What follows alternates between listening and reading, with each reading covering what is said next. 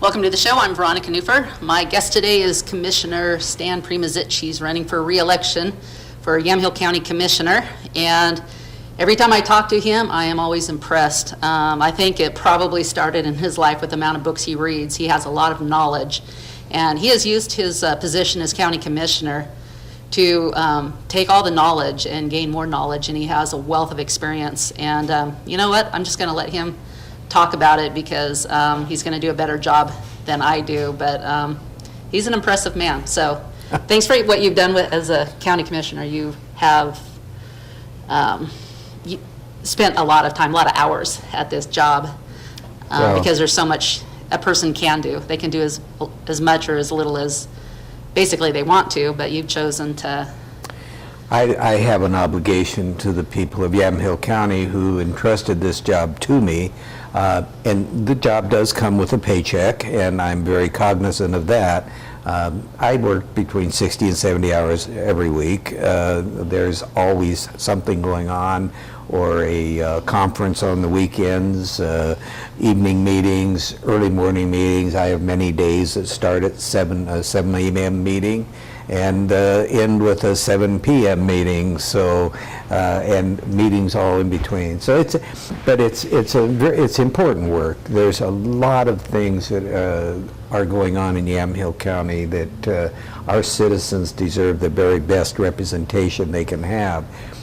You mentioned a background, a wealth of knowledge that has come from serving on a wide variety of boards and committees. I mentioned earlier my 24 years on the McMinnville School Board, which gave me the ability to work with a variety of other people, different ideas, different challenges, priorities. And how do you work with people and come to a real good consensus that moves the needle? Mm-hmm. And so in those years of experience, I've worked on just a number of different projects. The education is very important to me. We have 7 children and our 18th grandchild on the way, so education is an important issue. Mm-hmm. But I served as on the Oregon School Board Association Board of Directors for 4 years, in conjunction with being on the McMinnville School Board. And again, getting a broader experience of education, you know, from the 30,000-foot level, and in that role then going to national meetings to see what was going on. I think it's absolutely essential that our elected officials, our people who are serving this community, be exposed to the broader spectrum so they aren't belly button staring. I mean, there are so many things, and I can point to quite a few programs that are in McMinnville High School now, are CTE programs. We have 17 different pathway programs in McMinnville High School. When I would go to these National Association of Education meetings, I would see these I'd go to these workshops where they would be talking about a program in some place in Kentucky, and it'd be really impressive. I come back and I sit down with our curriculum director and I say, how do we integrate this into what we do here in McMinnville? So out of a lot of those programs have grown our 17 pathway programs. So it's getting out and seeing what other people are doing. You can continue to refine the things you're doing, but if you're not expanding those things, you're shortchanging the youth of the community. That was just the one realm, the education piece. Right, yeah, and what you've been talking to me about too is how there's tons of grants sitting there. They're not going to go anywhere unless it's used for a specific thing. And, you know, it could be this county, it could be, you know, in Kentucky and New Mexico, just anywhere.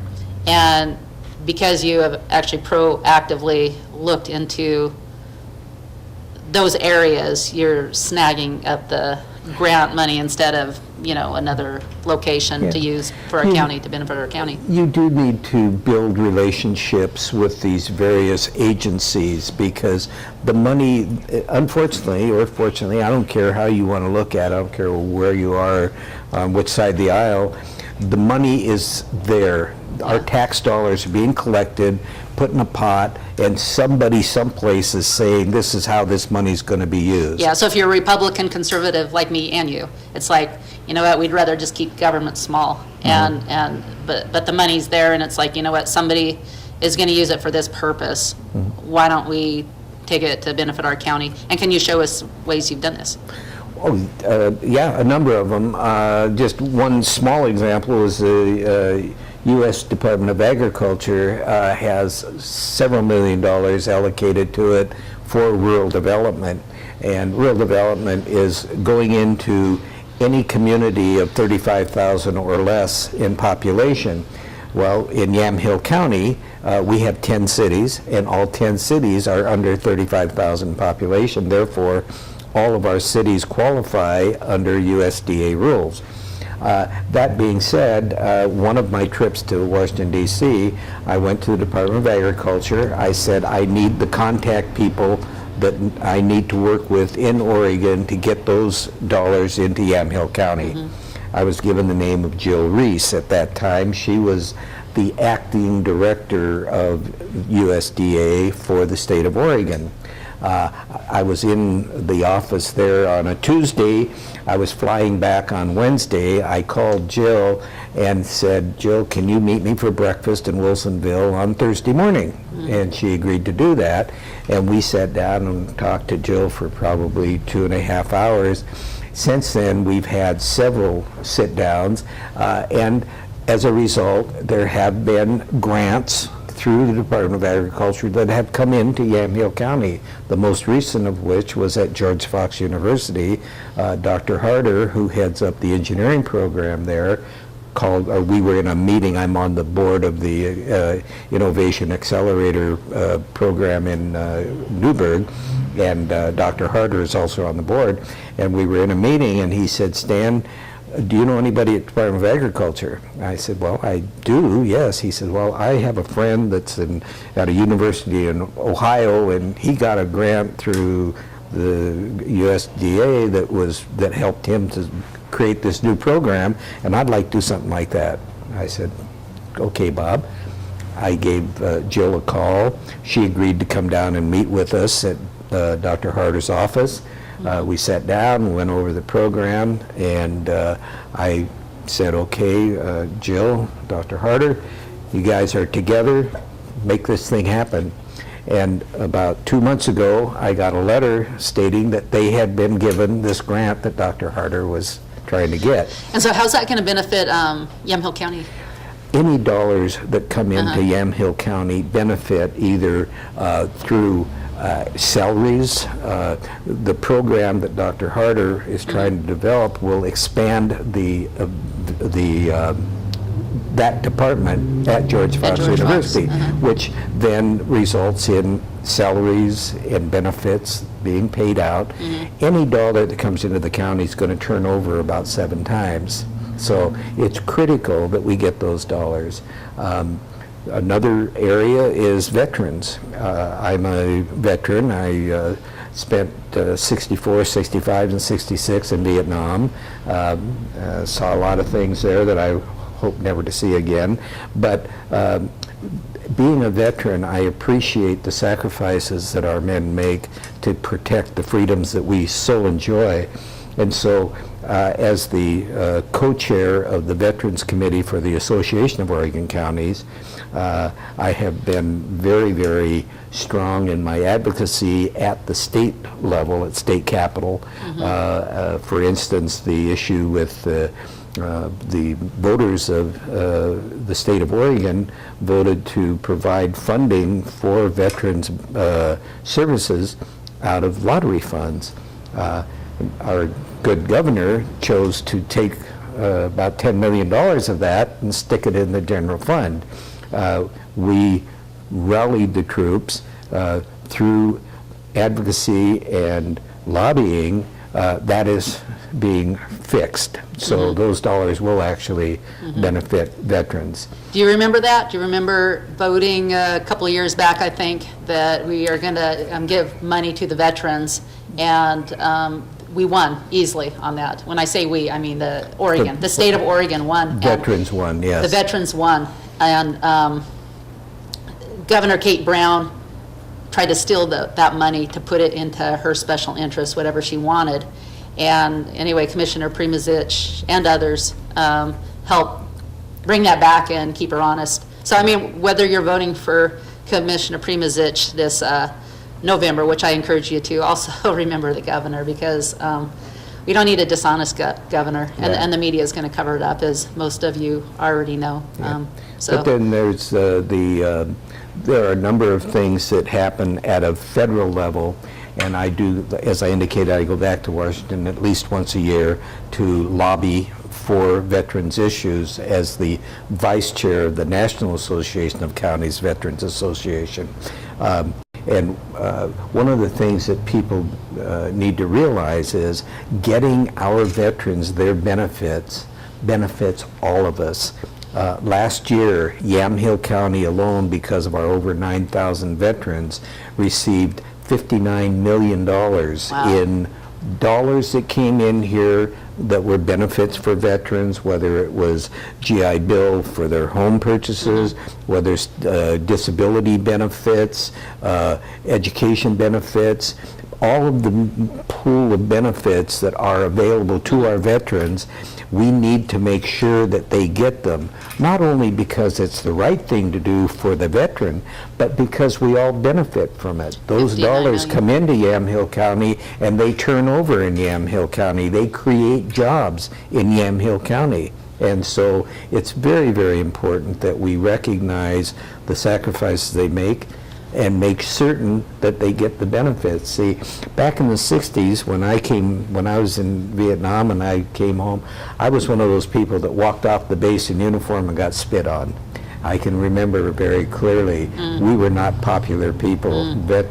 Anybody in the service was looked down upon, and it's important that we realize that our country is very much now recognizing the disservice that was done to our Vietnam veterans. Yeah, and I remember being a young kid in the 70s in downtown Portland and in the 80s and seeing a lot of veterans, people there that were homeless, and probably be a lot to do with that treatment and drug abuse from the problems and not getting the help that they needed and things like that. So yeah, that is an issue. So anyway, those are some of the issues that I really am strongly connected to. But economic development is absolutely critical. If we're going to fix our homeless problem, our unemployment problem, we've got to create jobs. And to create jobs, it's absolutely critical that we have good transportation, we have a well-trained workforce, and we have affordable housing. Those are three things. If you're going to get a business to come to this community, they need to know that their workers can get back and forth to work, that they can get goods and services to their job site, and that their workers have a place to live. I mean, these are important. And so to that end, I have worked tirelessly for the completion of the Dundee-Newburgh bypass, which is, we have one phase done. We have $44 million towards the next phase, which is... is that something that you worked on, trying to get? Oh, absolutely. Yeah. I'm at meetings constantly at the state level with the Oregon Transportation Commission, ODOT, the Oregon Department of Transportation. I'm constantly lobbying for more and more dollars.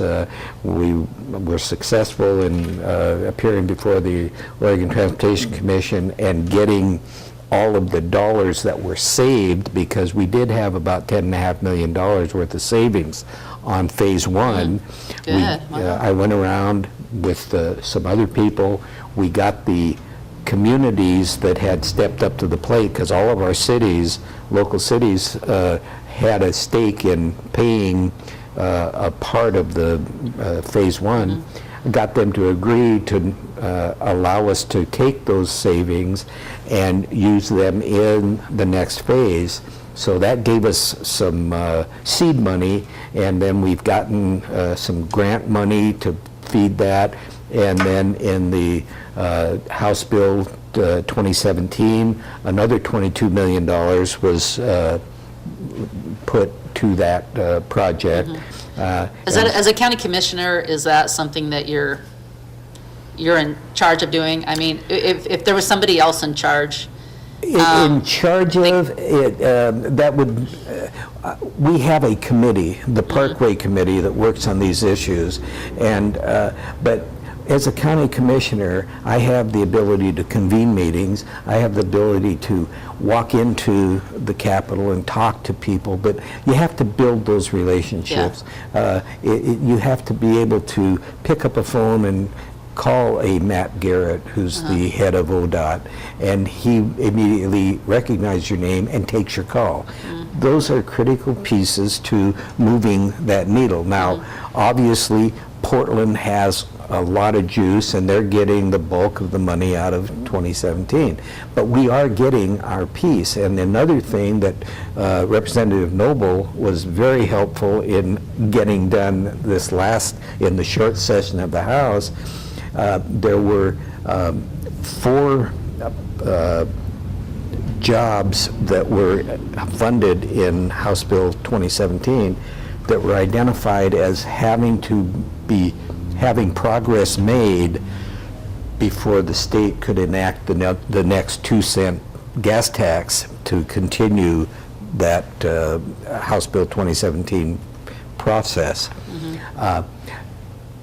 Representative Noble was able, and with a lot of lobbying assistance, to get the Newburgh-Dundee bypass added to that list of projects that has to see progress. People didn't realize how important that was as we were doing it, but now the reality is that if they don't show some progress on that project, they run the risk of not being able to get the next 2 cents. So that was really important, and that was one of the things probably as county commissioner, you went and talked with him and said, hey, this is something you can do for us, can you do this for us? I worked with Ron on that at length, plus the fact, talking to, again, OTC, talking to the Department of Transportation, but if you don't know who to talk to, it doesn't make a lot of difference. So that's part of what I did the first 2.5 years in this job.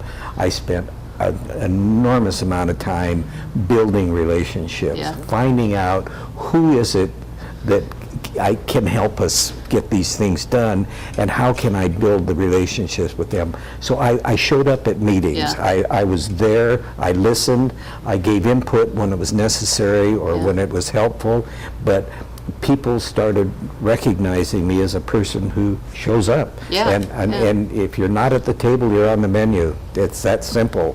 And so I made sure that I was at the table. And so we've gotten a lot of movement. We're a long way from being done, but we're making progress, and that progress will continue.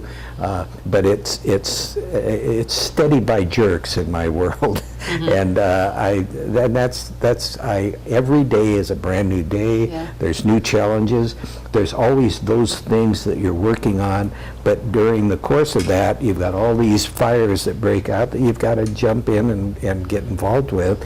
But this is my 5th career, and it's the most fun I've had. I love this job. I hate the campaigning. I wish I didn't have to do it, but I love this job. I love the service element of it.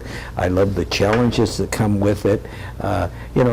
I've been around a few days, and it's exciting to have something that makes you want to jump out of bed in the morning and get moving, and that's what this job does for me. The Pinot Noir is the wine that everybody thinks of in the Yamhill, or in Yamhill County, but we have a tremendous Chardonnay, and Jackson family is working at making Yamhill County the epicenter of Chardonnay. Oh, okay. And which can't do anything but boost our presence in the wine industry. And we have a number of, I mean, we are recognized, if you look back to 2016, Wine Spectator magazine, which is one of the premier wine magazines, named Yamhill County as the wine region of the world. Wow, okay. We're out of time. Okay. And I'm going to just, in 30 seconds or less, say your last words. And Well, all I can say is I promise that if you will re-elect me, you will get somebody who does nothing but works for and on behalf of all the citizens of Yamhill County. I live here. My family was raised here, 7 children that graduated from Mac High, and I am very, very confident that I can make a difference. Yep, oh, I agree.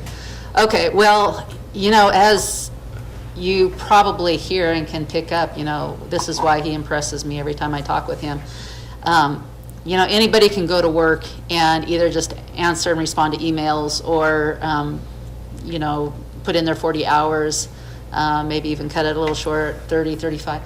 You know, he's making the most out of being a county commissioner. And I hope you will re-elect him. And, you know, those even outside the county, you know, when you're voting, you know, consider that. Don't just read the paper. Don't just listen to the news. You know, do some research because, you know, with the exception here, and I do want to highlight County Commissioner Primozich, it seems like if you're a Democrat, the media is not going to complain whatsoever. If you have a different party affiliation, it's going to complain, you know, fake news, you know, twist the truth, and it's really unfortunate. But thank God here in Yamhill County, people still elect representatives with integrity and financial responsibility. And so you will be doing that if you re-elect Commissioner Primozich. So I will look forward to seeing him back after November and maybe even before, and seeing what he's going to do more. Thanks for tuning in. Have a good week. Bye-bye. Thank you.